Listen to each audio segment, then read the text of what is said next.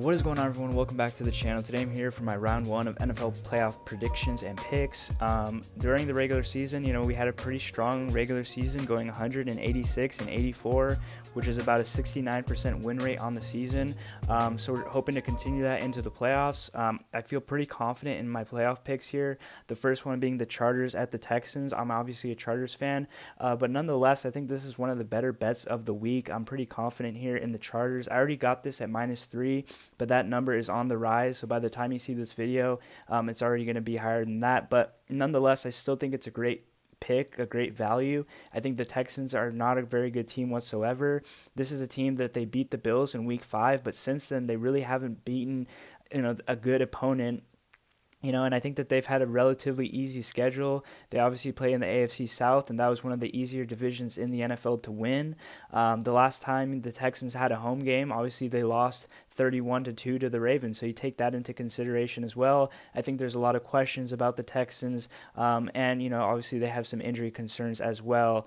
And then you're looking at the Chargers. I think the Chargers are going to be hungry to get this win. Obviously, guys like Herbert were on this team when they blew that 27-0 lead versus Jacksonville in the playoffs. So I think this is a hungry team. We already know this Jesse Minter defense for the Chargers is fantastic. It's the top scoring defense in the NFL this season. But now we're starting to see the offense click a little bit more for the Chargers as well. The Chargers were able to use the last game of the season versus the Raiders as an opportunity to kind of get some guys going like Quentin Johnson and DJ Chark. So I think that helps quite a bit. Give me the Chargers at -3. That's one that I already took. You have the Steelers at the Ravens for the next game here. The number is -9.5 for the Ravens. I think the Ravens are going to be running the ball heavily, and I do expect them to win this game, on the shoulders of Derrick Henry. But I think that -9.5 is a little bit steep. Obviously, the Steelers can give this team a little bit of trouble. Obviously, the Steelers won the first matchup of the season, so it's a little bit tricky. I don't love the number as much as I did the last game, but I do like the Ravens to win this one, of course. And you're looking at the Steelers, they're coming into this game on a 4-game losing streak to the Eagles, the Ravens, and the Chiefs, and the Bengals, which are obviously good teams. But nonetheless, that can't feel good coming into the playoffs on a 4-game losing streak. While you look at the Ravens, and I think that they've had a relatively easy past 2 weeks, versus the Texans and the Browns, which they blew out. So give me the Ravens there. I think that the defense for the Ravens is even a little bit underrated. So just a final note there. Give me the Ravens. Then we have the Packers at the Eagles. This is one that I really, really do like.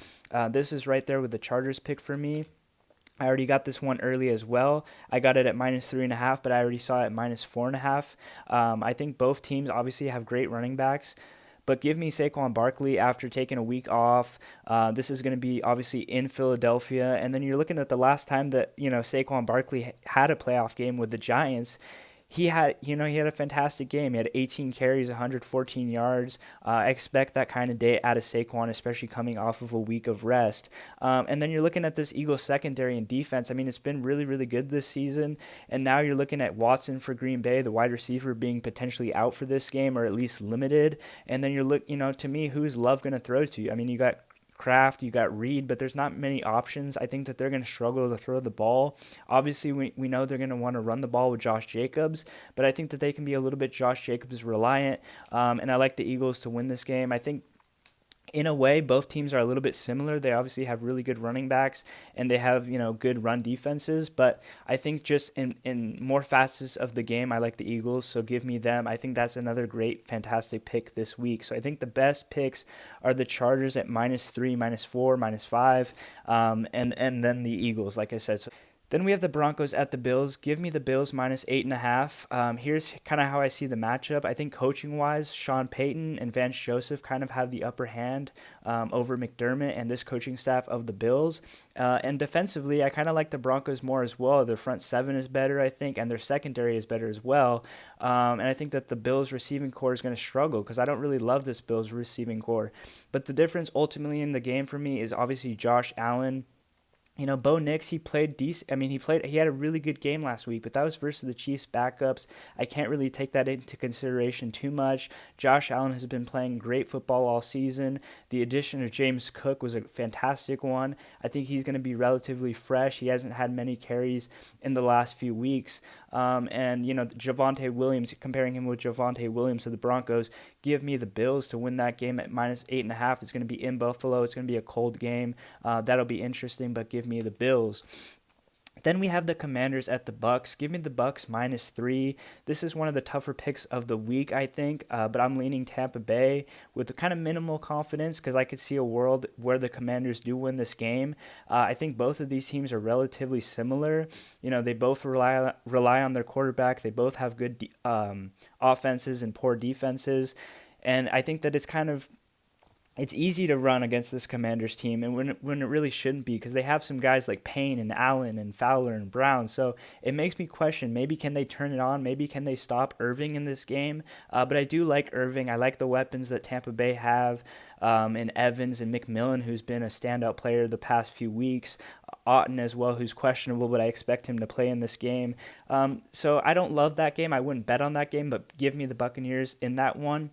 Then you have the Vikings at the Rams. This is another game that I don't absolutely love because the Vikings, they just didn't put up a great performance the past week versus the Lions.